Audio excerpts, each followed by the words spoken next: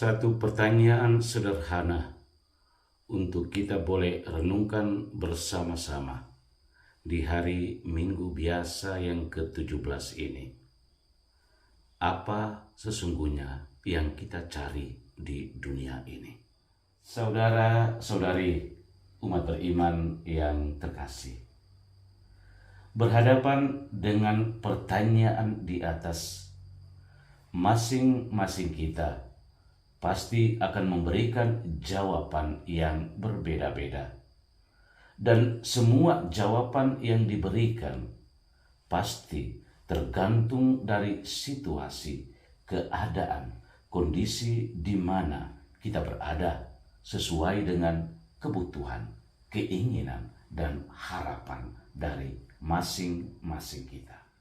Bagi mereka yang sakit, pasti menginginkan atau mengharapkan kesembuhan. Bagi mereka yang sedang terlilit oleh hutang, pasti menginginkan atau mengharapkan uang agar bisa melunas atau membayar hutangnya.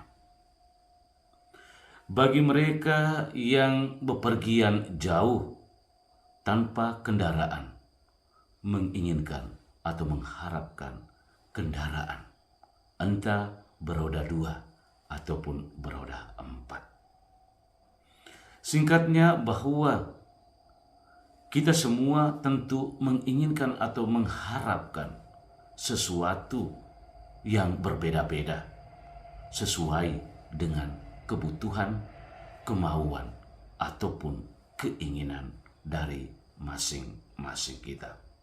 Allah menampakkan dirinya kepada Salomo dalam mimpi dan berfirman, "Mintalah apa yang kau harapkan daripadaku."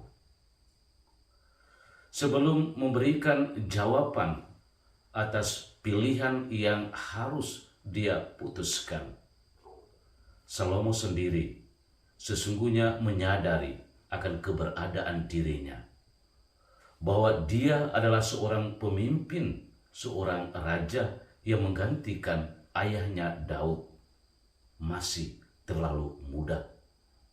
Dan lebih dari itu, dia harus berhadapan dengan banyak umat yang jumlahnya tak terbatas. Dengan menyadari keberadaan dirinya sebagai seorang raja, dia lalu memohon. Dia meminta hanya satu harapan dari Allah itu sendiri, yakni hikmat dan kebijaksanaan. Dia meminta hikmat dan kebijaksanaan untuk dia miliki sebagai seorang pemimpin, sebagai seorang raja. Bahwa dia dipanggil untuk menjadi raja, tidak memimpin umatnya dengan kekuasaan, tetapi dia dipanggil untuk menjadi raja yang siap untuk melayani dengan kasih. Allah sesungguhnya sangat berkenan dengan permintaan Salomo. Karena itu sekali lagi Allah berfirman kepada Salomo, "Oleh karena engkau telah meminta hal yang demikian, dan tidak meminta umur yang panjang atau kekayaan atau nyawa musuhmu, melainkan pengertian untuk memutuskan hukum, maka aku melakukan sesuai dengan permintaanmu.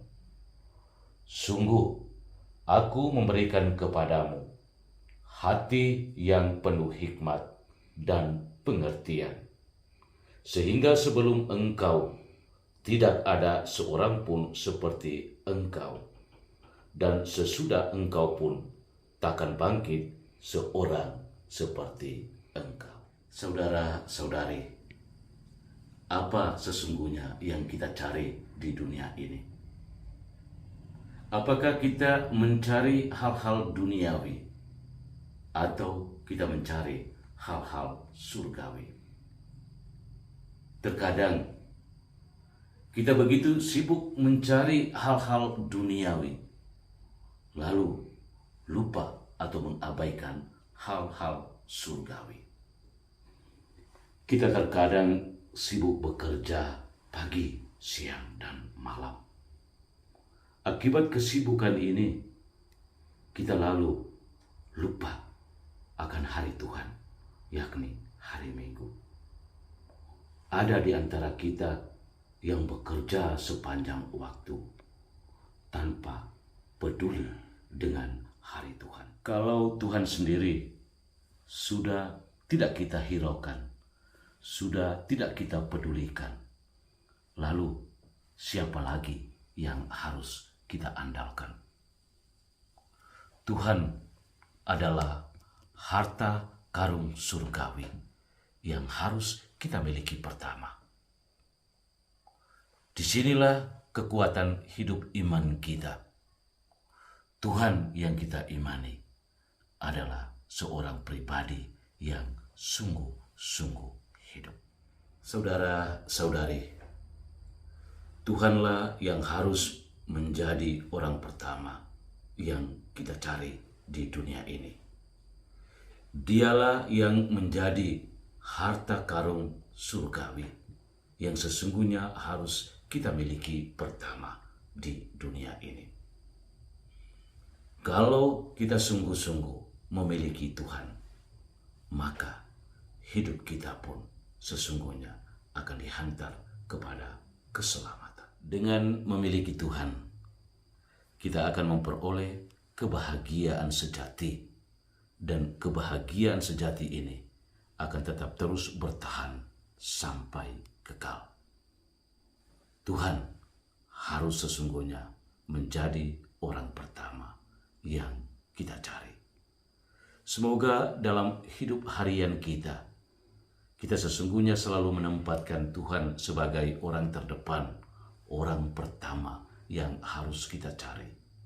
Kita tidak hanya sebatas mencari, tetapi kita juga berjuang untuk menemukan Dia dalam setiap situasi kehidupan kita.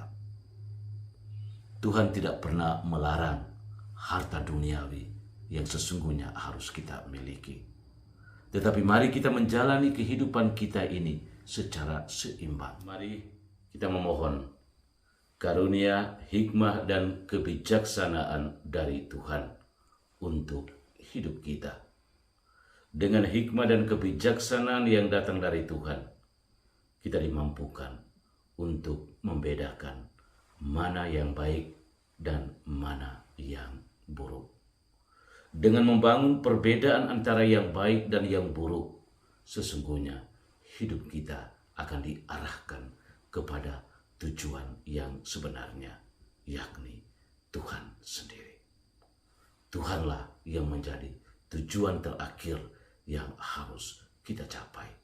Sebuah tujuan yang tidak akan hilang dari hidup kita, tetapi sebuah tujuan yang akan tetap terus bertahan dan bertahan di dalam kehidupan kita. Selamat hari Minggu.